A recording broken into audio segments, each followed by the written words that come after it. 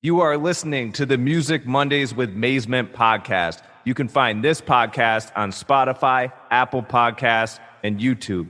For more information, go to musicmondayspodcast.com.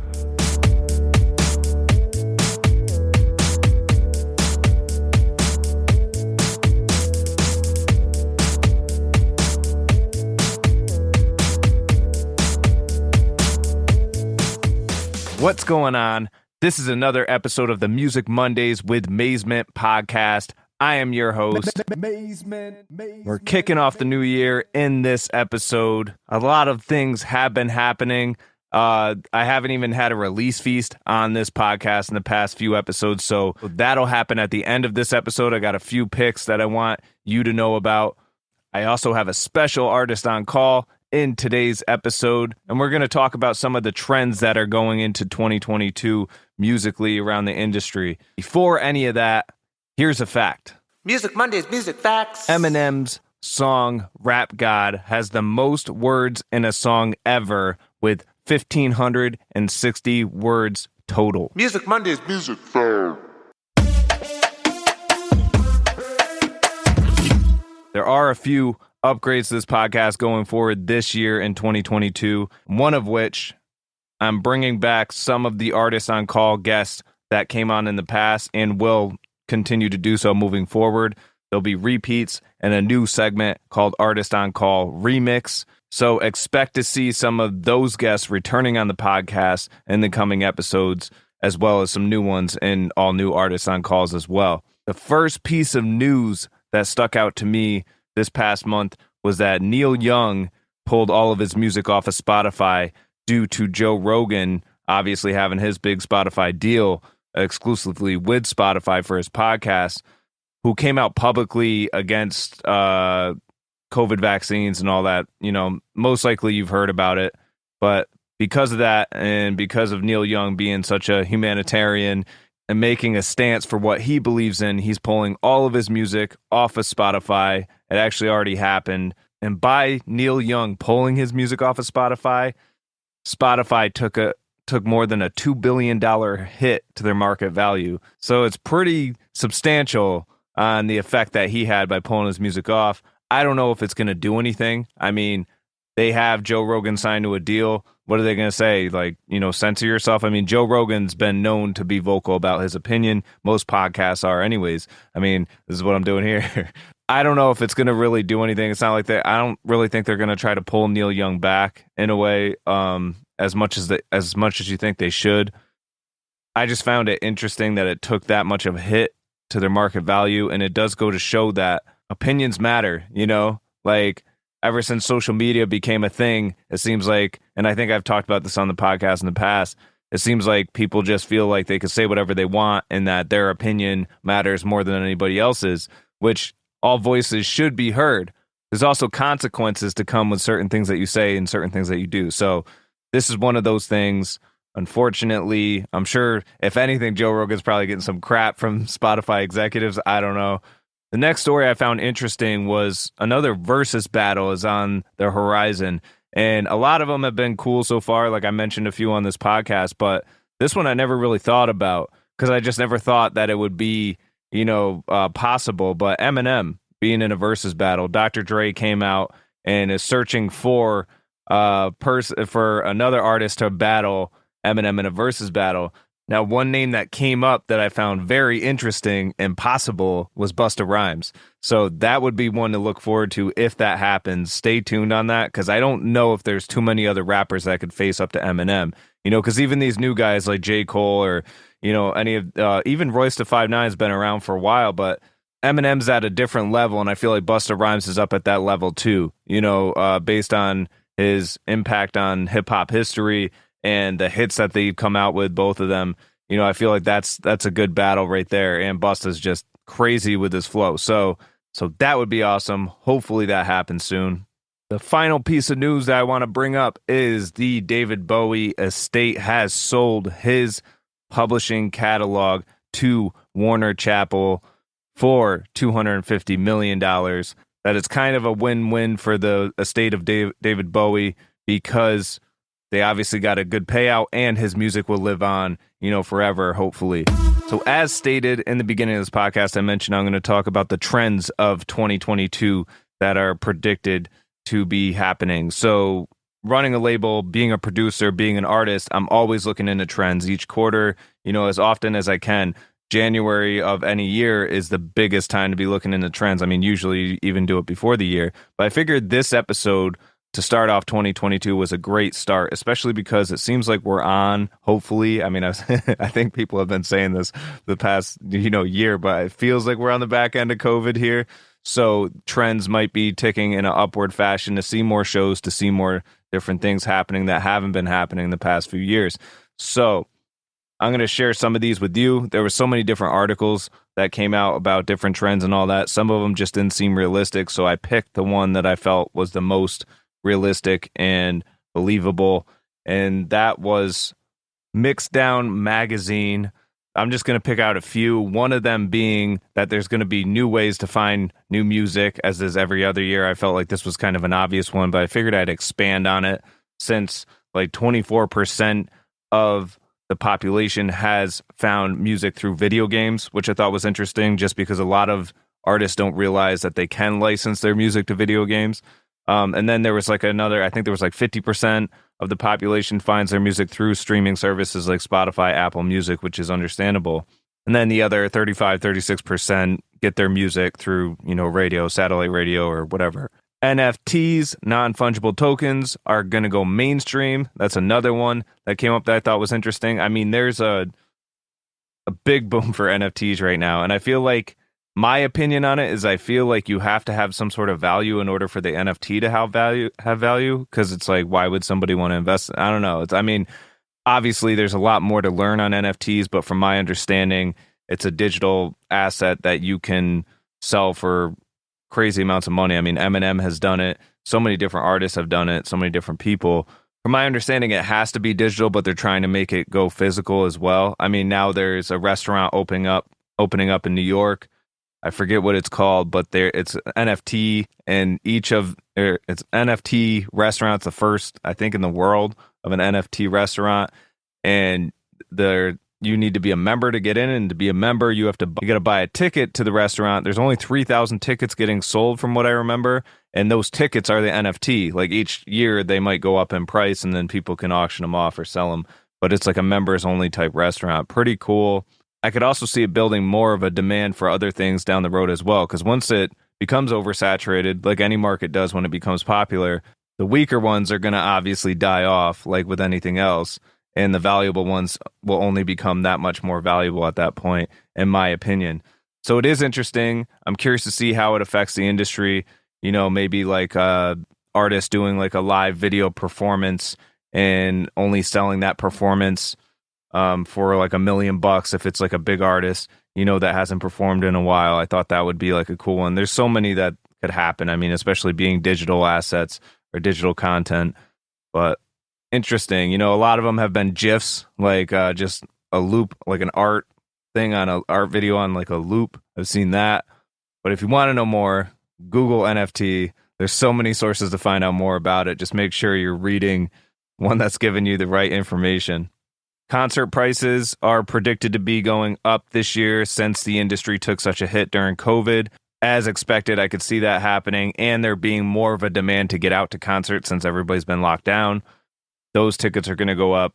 And the final one I want to bring up is that songs are to become more colorful and upbeat, which I thought was interesting because if you notice the past couple of years, the music industry has this really dark and kind of gloomy phase in music. Like it's like some of the songs, like Billie Eilish is a good example, like really sad songs type feel. And then even hip hop, like I hope that becomes more colorful and upbeat because I haven't been impressed, as you already know. I thought this was interesting, and I felt like it had to happen at some point because in a way I was kind of sick of the, gloomy feel that music was having. Might be part of the reason why I haven't released anything solo. And it might also lead into my goals for last month. If you listen to the last episode, different from other artists. There's artists that are out there that are performing 100 shows a year, 150 shows, 200 shows. This is something I wanted to bring up because once I made my goals last month, one of the goals was to perform 2 shows this year. So a lot of people listening are probably like, oh, he's an artist. Why is 2 shows? That's like nothing. It is nothing. But last year, I forget what my goal was for 2021. I didn't even come close to that. I didn't even try. At least 2 shows is a good goal to target. And I'm also doing all this other stuff that's keeping me away from being an artist. So I'm not even really going full time like most artists are. But speaking of which, before we get into the Artist on Call segment today, I will say there is some big news coming out with my label soon. So stay tuned on that. My group Reelys Duo does have some songs in the works that are going to come out pretty soon. If you haven't checked out Something New and Hometown, our first 2 singles that just came out in late 2021, check those out now. Conscious hip-hop tracks with some flows I think you'll dig if you're a hip-hop fan. Otherwise, I will give you a hint that the label news has to do with other genres besides hip-hop. So that's the biggest hint I'll give you. It's leaves you on ice, and that's how I like it. But speaking of hip-hop, today's Artist on Call is an artist I've been trying to get on the podcast for a little while now. He brings a different perspective than I've come across in the past. You know, most artists are focused on image and focused on branding. This artist is more focused on the music and wants people to hear what he's doing rather than see who he is and see how he's doing. He wants to have all the focus on the music and the sound, which as soon as I heard his story and learn more about him, I became a huge fan of that theory, that belief, that vision. I'm all for it. Not a lot of artists have done this in the past, so this is definitely kind of a niche type thing as an artist. A lot of people might hate it, but a lot of people might love it. But I feel like his perspective around it is respectable.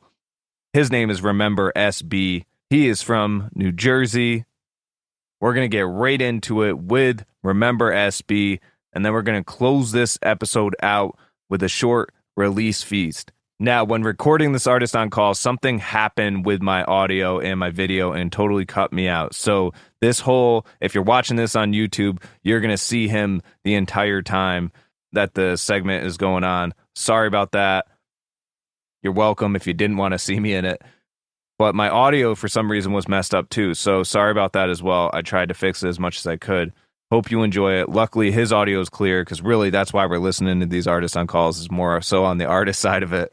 So that was great that he came in clear and you got to see him the whole time. But that's why you're only going to see him if you're watching this on YouTube. And if you're listening to the audio on this, you'll notice a slight change in my audio quality, which won't happen again, I promise. But here it is, an all-new Artist on Call. Artist on Call. Artist on Call. How's it going, man? Hey man, I'm doing great right now. Living, working hard. I hear you there.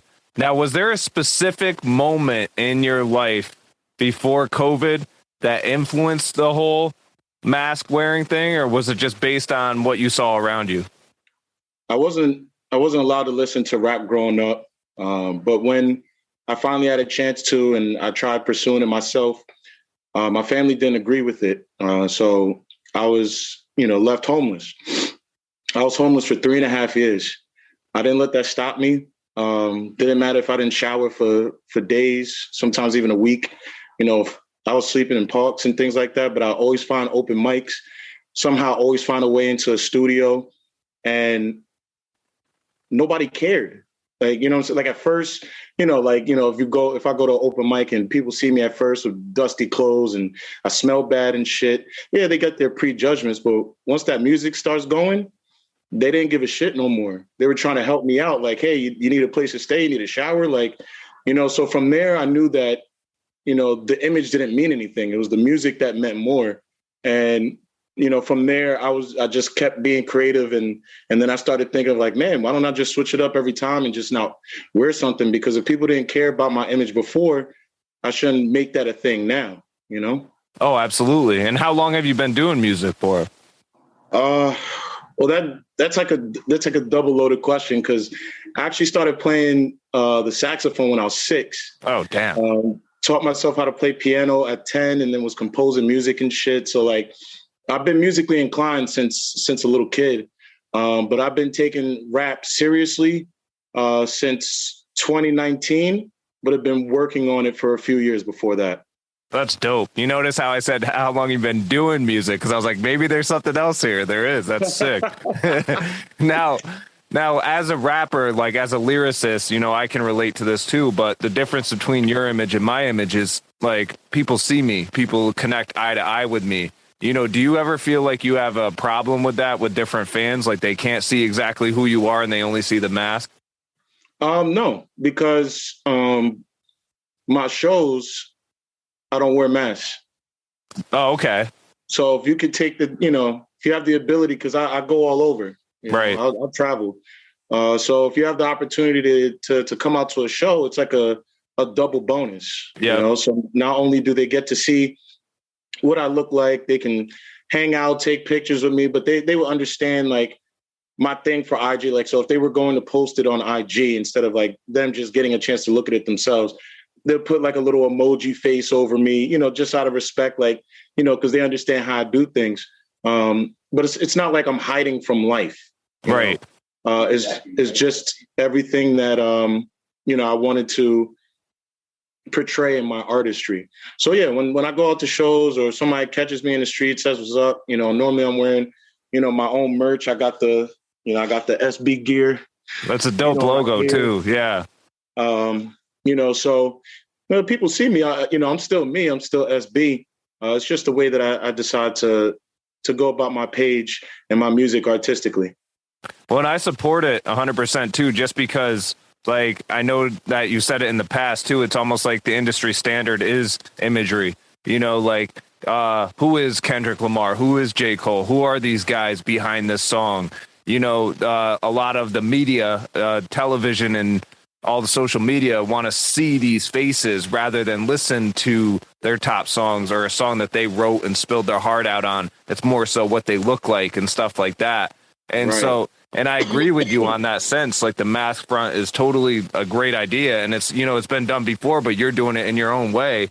Like, for instance, you got Blue Man Group, you got Marshmello, you got, ICP, all these people that are putting masks on, but for the most part, they're wearing the same mask every day, every performance. You, on the other hand, you're switching it up each release or each thing you're promoting.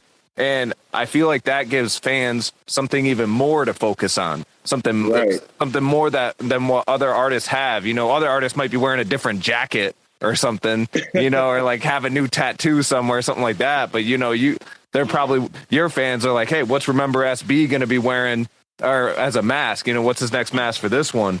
So I'm 100% behind that. I mean, the only one that I feel like changed it up, like, I mean, there's probably more than this, but like the one that stood out to me was MF Doom. And like now that he's gone, someone's got to do it. For real. Now, why RememberSB? So initially, I just wanted to be SB. But Safari owns that. So that's Nicki Minaj's ex-boyfriend. Ah, okay. So I'm like, I'm not competing with nobody for my name. So I was like, I just thought about it and I'm like, man, RememberSB, because you'll never forget the day you heard me spit for you. That's dope. I go out to shows, and after I perform, I'll just be like, yeah, man, you can find me wherever, blah, blah, blah, blah, blah, at RememberSB. And it's because you'll never forget the day you heard me spit for you. And it really resonates with people. And like, they get used to like hearing that. So like, if people have been out to my shows before, like they already say, like they saying it with me type, like, so it's pretty cool. It's pretty cool. What inspired the switch between saxophone, piano over to rap? Like what made that transition? I mean, I was always into music. I loved all different types of music. I just love music and sound and it's just something to me just makes sense. And I was able to listen to everything but rap. That was taboo in the house. Could not listen to rap.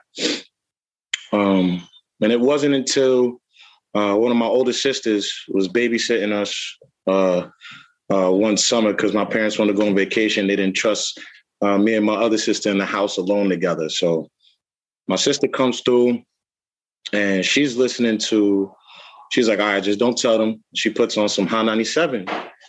And I'm hearing all these songs that are using samples from original songs that I know or played. And, you know, I'm like, oh, that's awesome. Like they're taking the dopest part, the meats of it, you know, the emotions of it. And they get the most out of it. And then they're putting these dope rhythmic rhymes. And, you know, I'd always write as a kid, you know, short novels and stories and things like that. And I'd never be able to finish them because it was always so long. You know, like I'm a very good reader, but for me, I don't like books because there's so much fluff. You know what I mean? But with these songs, I saw an opportunity to just be like, yo, I can say what I have to say very quick and concisely, you know, straight to the point. And, you know, I fell in love from there.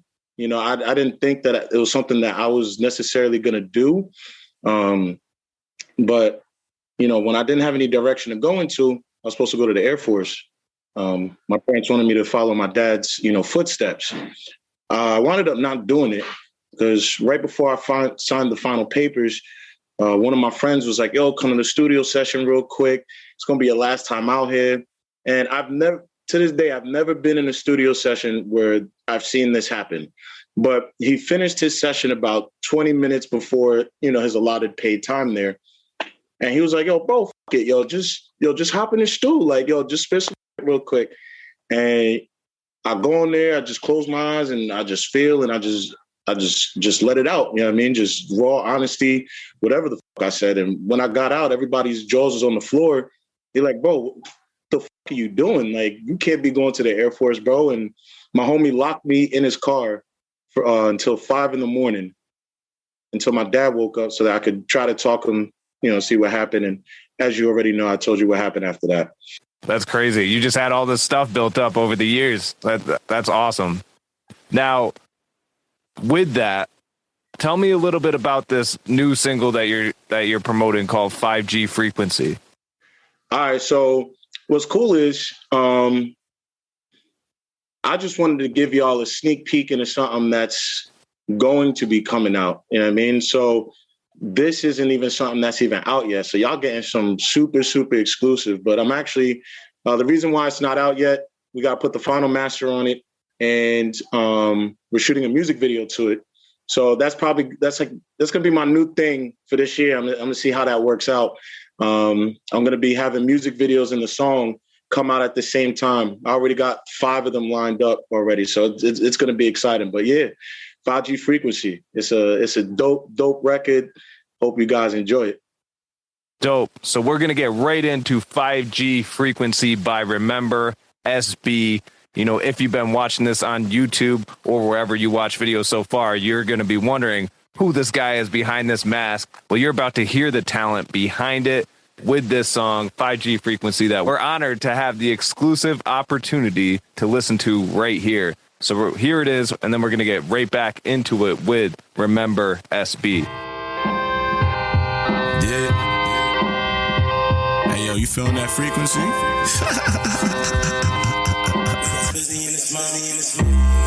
Yeah. 5G. Remember S.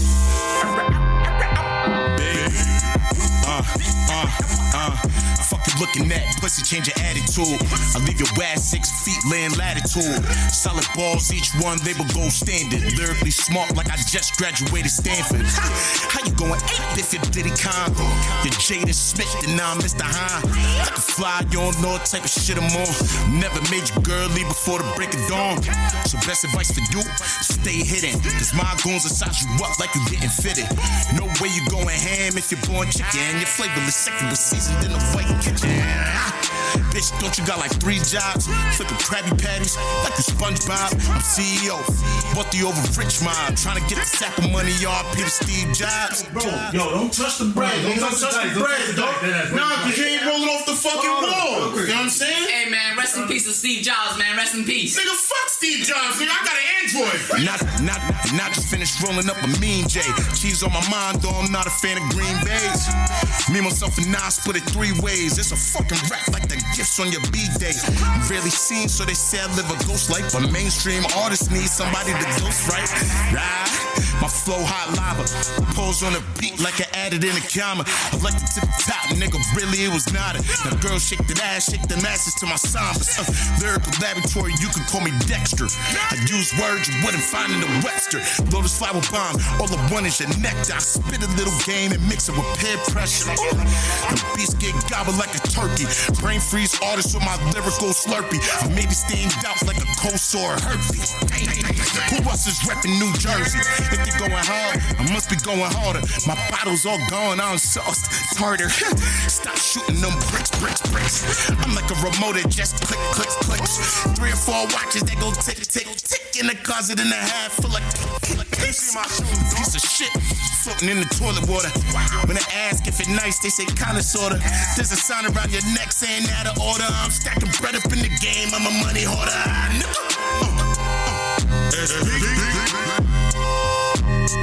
Yo, where my fucking drink, nigga?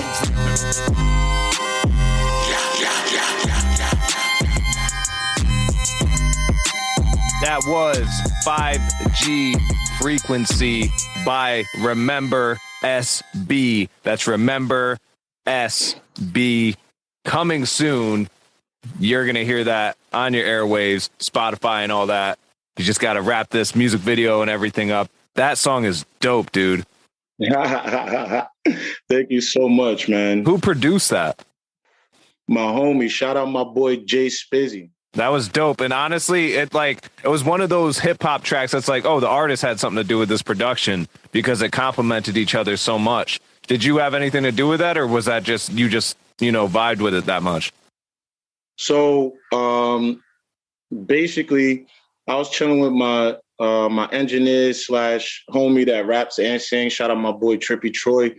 I was at his crib, and we was at the stool drinking, chilling, all that, smoking, and he like, yo, my producer Ben wanted to chop it up with you because I have a song with Trippy that's coming out in his album this year called Gang Round, and he was the producer of that. So when he heard that track, he was like, oh, that's that guy? He was like, I'm trying to meet him. So he wound up pulling up, and we chilling, drinking, smoking, all that. And he like, yo, I'm putting on my beats right now. Like, I got to see what's up with you. And he was just beat after beat after beat. And we was just chilling, I'm kicking it, having a good time, killing him. And he put that shit on. And I was like, yo, I'm like, nah, this is different, son. I was like, yo, let me get that. So I start thinking of some I'm spitting, whatever. They like, oh, nah. And then from there, it was just boop, boop, boop, set everything up. Yo, let's get to work. And yeah, that just happened. And then I got an Android. So I was like, you know what I mean? When I was like, RP to Steve Jobs, I'm like, all right, how can I make this funny and, whatnot? And we'd be rolling dice. So it was like, all right, cool. You know what I'm saying? So act like we're rolling dice, you know what I mean? And everything just came together perfectly for that. And I really can't wait for the release because everybody's excited about it, as I am.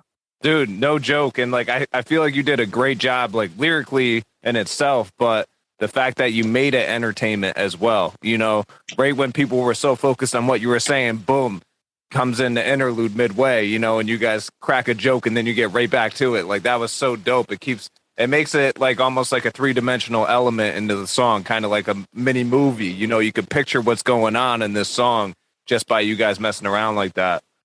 So who were some of your influences for rap? Who were people that you were listening to that motivated you when you heard these samples in these songs? Obviously, they had me listen to Biggie. Yeah.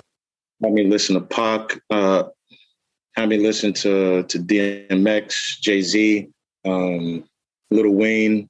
But then, of course, you got MF Doom. You got my man Blue. My homie put me on to Blue and Exile. And I remember we were sitting in his car just smoking. He was like, yo, listen to this dude. And his album was called Below the Heavens. It was so fire. somebody I truly felt was underrated. You know, when I listened to him, I'm like, how's this guy not bigger? Because he's amazing. But yeah, there's a lot of different people that I've listened to over the years. And the thing about me as well is, even when I played the sax, you know, before I taught myself how to play the piano and would compose music, like I didn't really read music. I didn't care to, because I can hear something one time and then remember it and then be able to do it again.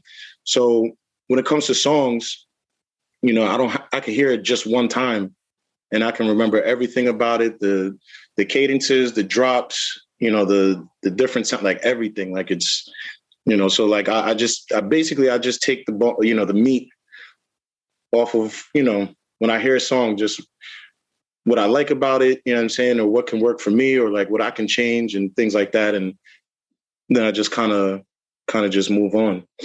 It seems like you embrace, before learning to rap or figuring it out yourself, it feels like you embrace the feeling a lot more than most other artists do before they get into hip hop and, you know, in specific.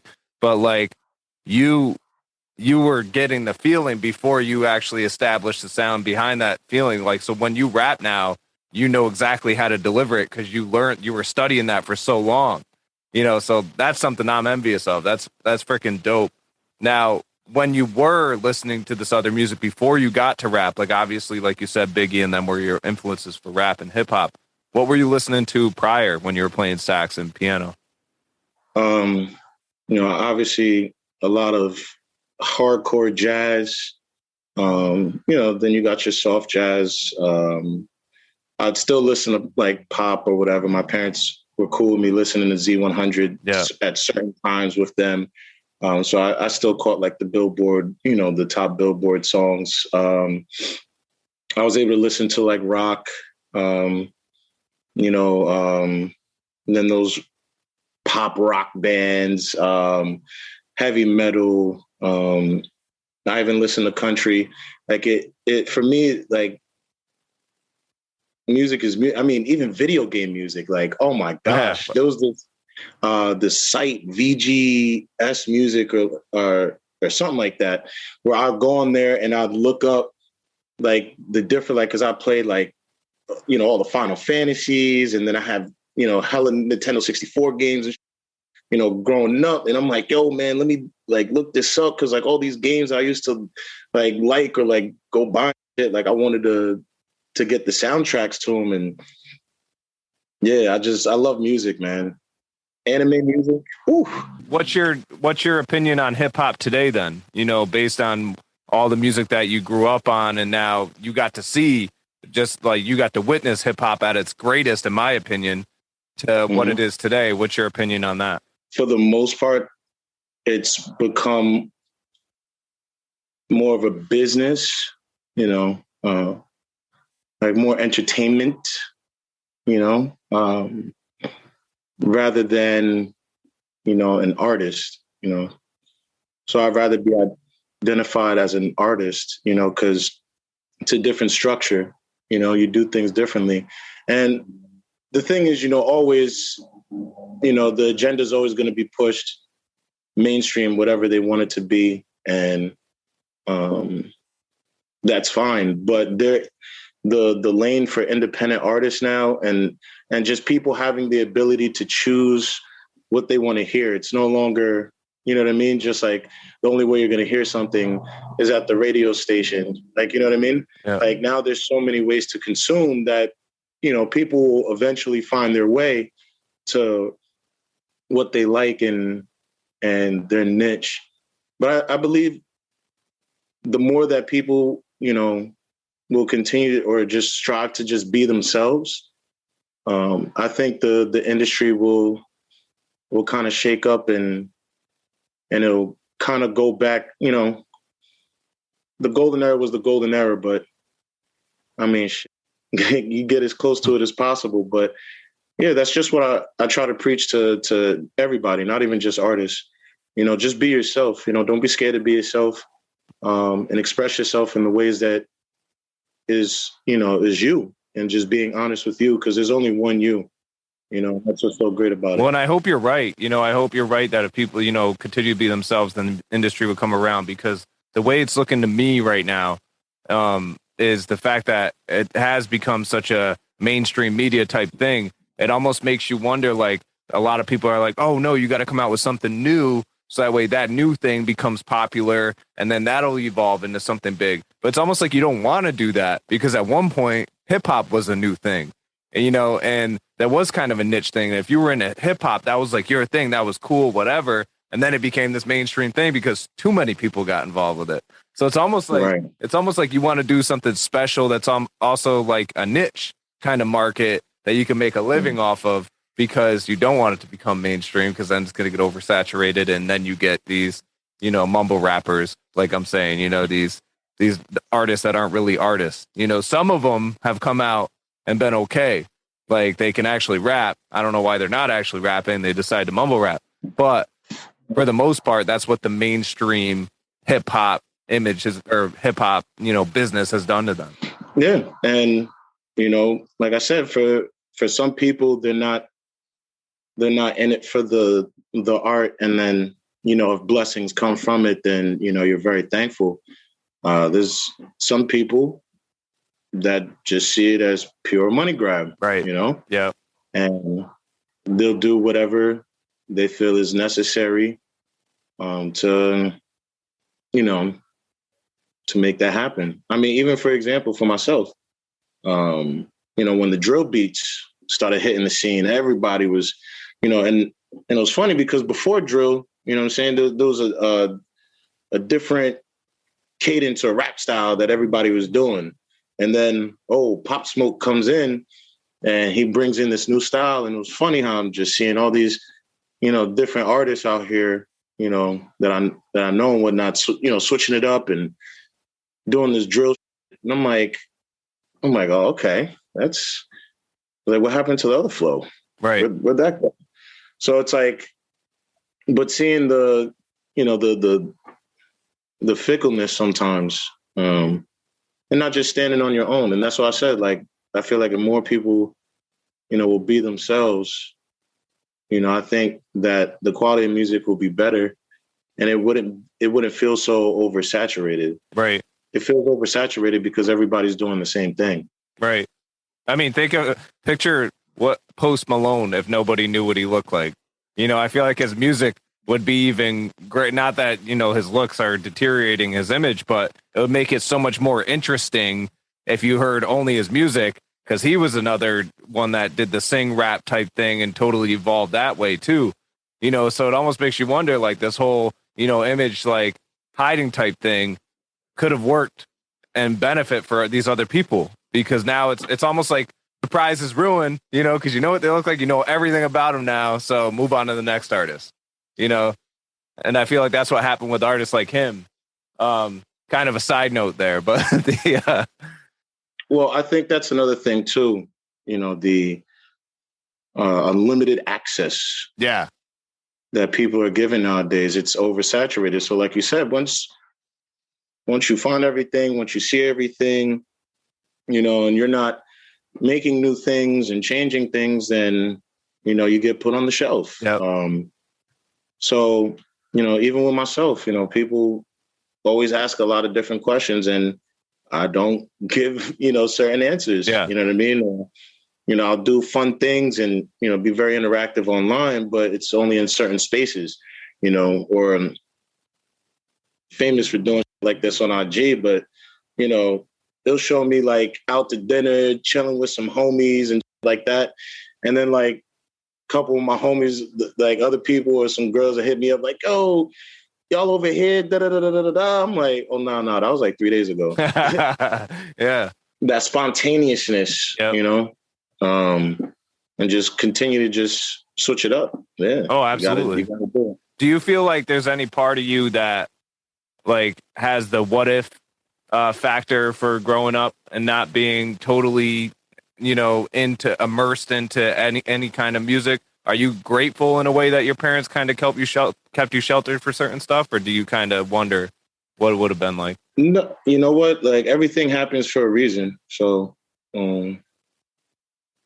there's no point in and playing the what if game. Absolutely. This is, so it's like, because anything could have went in any different direction. Right. And who's to say that this would have even been the direction, that I wound up choosing. So, well, and like I said earlier too, I feel like the way you came into music was the way, was probably the best way, because you came in with the feeling before, focusing on words and delivery and stuff like that. You were more focused on, what the overall song felt like and overall sound felt like. Like, that's really how anybody should come into music, because it is more than just a sound that you're hearing, or it's supposed to be, I should say, because there's a lot of mainstream music out there right now that's just a sound.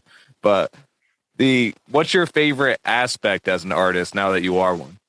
I can't even say that I really have an absolute favorite, because I love the entire process. For me, it's like a washing machine, and I enjoy each process, what I mean? Because I love this, Yeah. So, but if you had to put a gun to my head, I would have to say, performing. Right. Well, one thing I noticed with you too, based on the music videos, or the one I saw Poolside Problems was the one video I saw. And I could tell that aspect must be a blast for you. And it seems like you're really involved in that, because it fit the song perfectly. I don't know where it was shot, but you were even so transparent in the beginning that you said we were late and stuff like that on the actual video. So it was sick. Explain that process. How do you like that and everything? Yeah. So that was actually down in Miami. Oh, okay. And, obviously I was, I'm on the song with my bro, man, El Bezel. And, me and him, we just move. I don't waste time. If I say I'm going to do something and I want to move on something, I act on it. And we was like, man, we should really shoot a video to this. And this was back in October. And it was like, yo, all right, what's the flights? Them was I think it was $50 round trip. I was like, what? I'm like, I bet that's nothing. I'm like, yo, I'll find down there. Bam. I find some, it was called Tropical Oasis or whatever. And that was all shot at one location. It was crazy. Yeah. It was just so beautiful. So I'm like, all right, boom, I got the spot. He's like, bam, I got a videographer. Boom. All right, we'll have him crash at our place. Then I got my personal videographer with me to get the BTS. I mean, boom, boom. We was just stacking it up. We wound up doing 2 shows down there. Then at the show, we was like, yo, we shooting a video, blah, blah, blah. Then he has his 2 homegirls from DC. They make music, and they was doing some photo shoot or whatever down there. So he was like, yo, f it, just come on through. And just everything came into place. Everybody was real professional.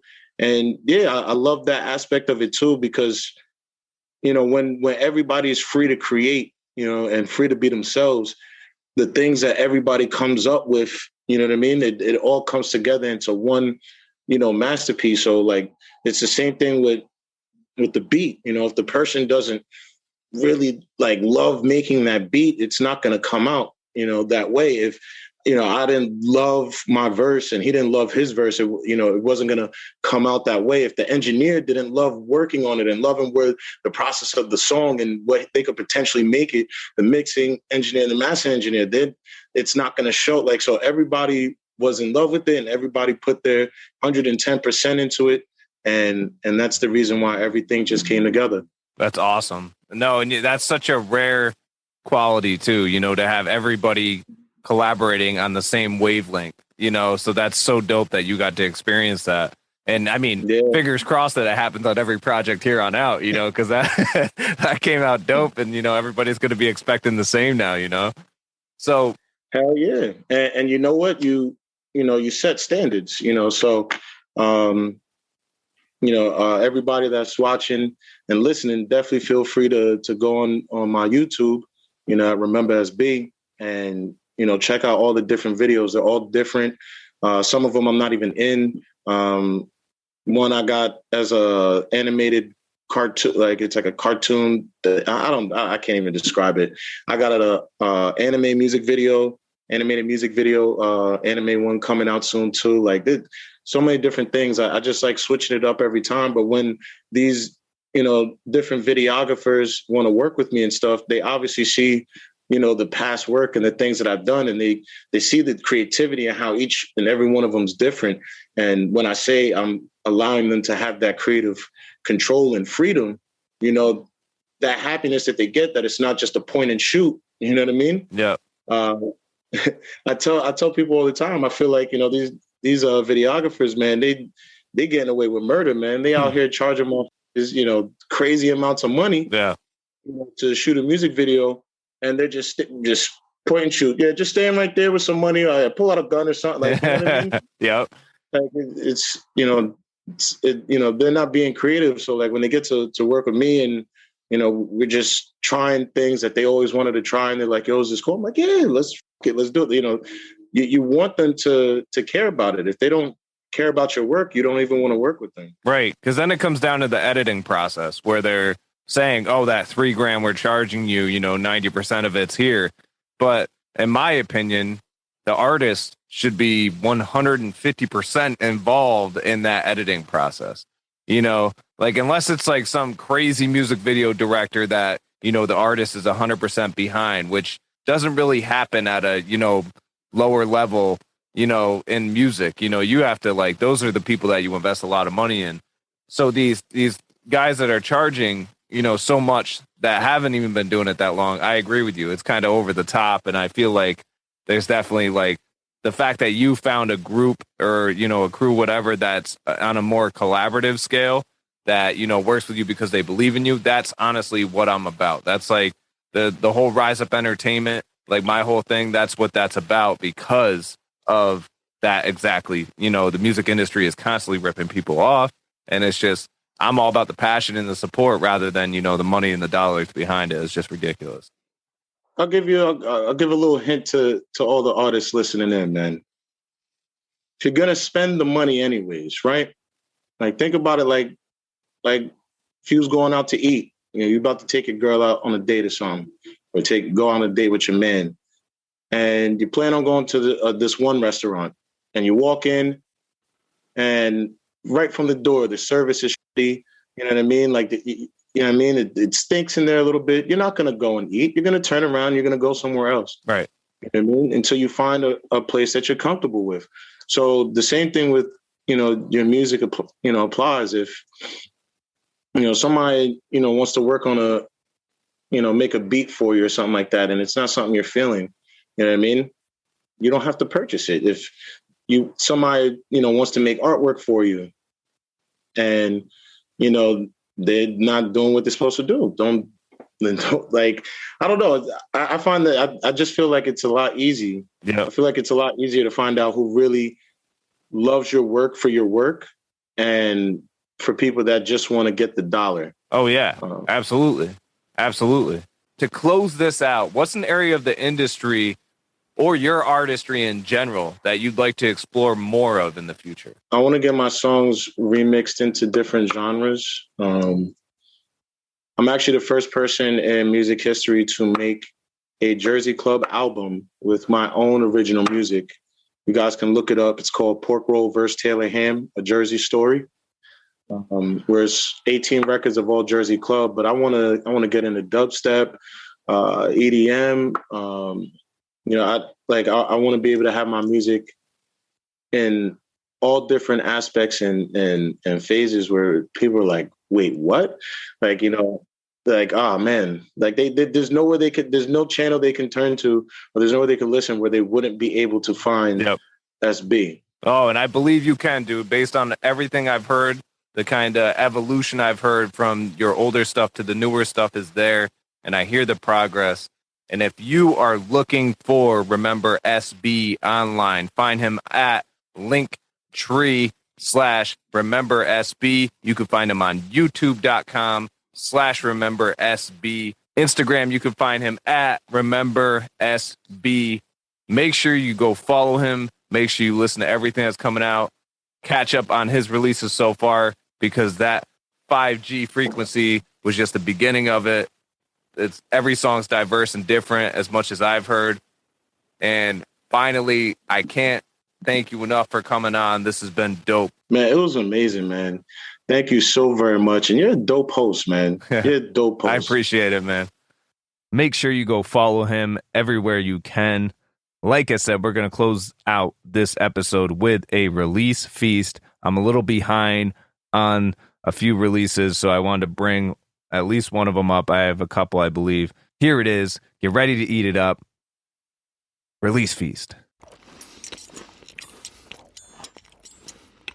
Release feast. First one I want to mention is on November 5th, Post Malone and The Weeknd released One Right Now through Republic Records. This song is the lead single off of Post Malone's fourth upcoming studio album, 12 Carat Toothache.